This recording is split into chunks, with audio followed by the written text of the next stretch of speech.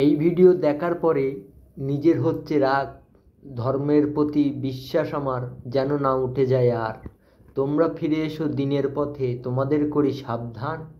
যেটা ধর্মে আছে মানা, সেটা কেন করো বারবার?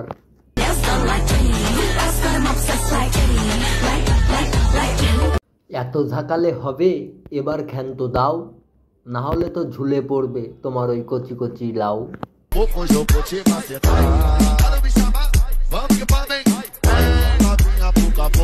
এ যেন ফুটবল ময়দানে উঠেছে সমুদ্রের ঢেউ, একটু পরেই খেলবে সেই বল নিয়ে ফুটবল দলের 11 জনের কেউ।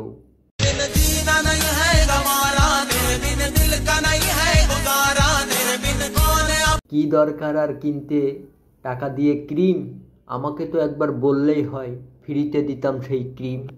নিজে নিজে কেন করছো মালিশ, আমি কি কাজের? আমাকে একবার বলেই দেখো, আমিও না হয় সাজবো মেসেজ ম্যান।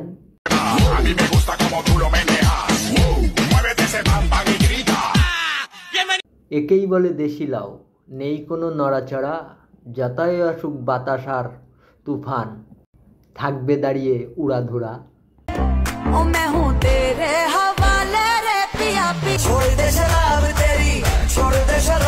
ঘুমাতে নিতে হয় কোলে, কোলবালিশ, কোলবালিশের কি দরকার, তুমি যদি হয়ে যাও সেই বালিশ। সকাল বিকাল দেব সুখ, তোমার ওই বুকে রাখবো মাথা। চিন্তা করো না প্রিয়, ওপরে খেলবো ফুটবল, নিচে ঢুকাবো ক্রিকেটের স্টাম্প বল।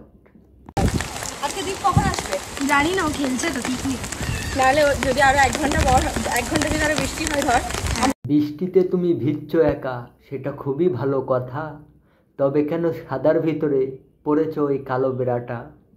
হ্যাঁ, আমরা যদি না দেখি মা দেখবে তবে কে? সাদাটা না হয় খুলে ফেলো, কালোটাতেই লাগছে তো বেশ।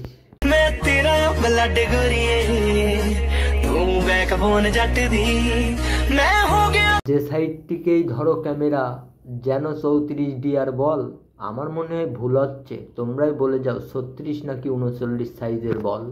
হেই গাইস, কেমন লাগলো সন্ধে সন্ধে কবিতা? যদি ভালো লেগে থাকে লাইক কমেন্ট শেয়ার করবেন। মিনিমাম লাইক অ্যাকসেপ্ট করতেছি 20টা, যদি না করেন তাইলে কিন্তু আপনাদের বউ আপনাদের ছেড়ে চলে যাবে। আর যারা গার্লফ্রেন্ড আছে গার্লফ্রেন্ড চলে যাবে, যাদের বয়ফ্রেন্ড আছে তাদের বয়ফ্রেন্ড চলে যাবে। ভালোভাবে বলে দিচ্ছি, লাইক কমেন্ট করো, না হলে কিন্তু টুঁ ট্যাঁ। ধন্যবাদ।